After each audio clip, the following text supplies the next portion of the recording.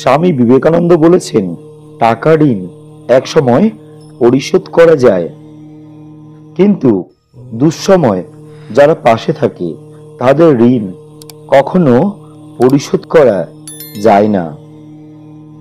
কষ্ট পেয়েও যারা চুপ থাকে তাদের যন্ত্রণাটা অনেক বেশি, কারণ তারা না বলতে পারে, না পারে তারা সহ্য করতে।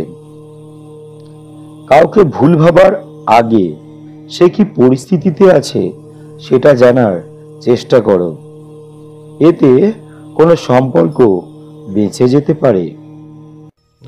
যেখানে তোমার কদর নেই সেখানে তুমি যেও না।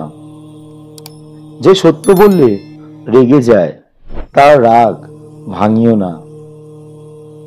একটা বয়সের পর আমরা নিজেরাই বুঝতে পারি যে তর্ক করার থেকে নীরবতা অনেক বেশি ভালো।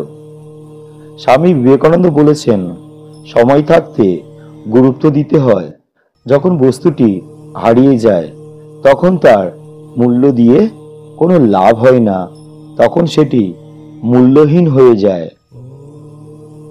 সম্পর্কের মধ্যে সময় বাড়ার সঙ্গে সঙ্গে যদি কথা বলার আগ্রহ হারিয়ে যায় তাহলে বুঝতে হবে সেই সম্পর্কটা ভালোবাসা ছিল না, শুধু ছিল ভালো লাগা।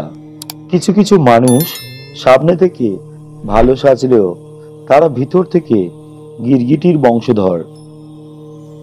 পৃথিবীর সব থেকে সুন্দর দৃশ্য হলো কাউকে হাসতে দেখা, আর আরো সুন্দর দৃশ্য হচ্ছে যদি সেই হাসিটা তোমার জন্য হয়ে থাকে। জীবনে প্রথম কাপড়টিও অন্যের হাতেই পরতে হয় এবং জীবনের শেষ কাপড়টিও অন্যের হাতেই পরতে হয়, তাহলে এত অহংকার কিসের? বিবেকানন্দর কথাগুলি কেমন লাগলো অবশ্যই কমেন্টস করে জানিও। আর এরকম ভিডিও পেতে আমার চ্যানেল জি বাংলা মোটিভেশনকে সাবস্ক্রাইব করে পাশে থেকো। ধন্যবাদ।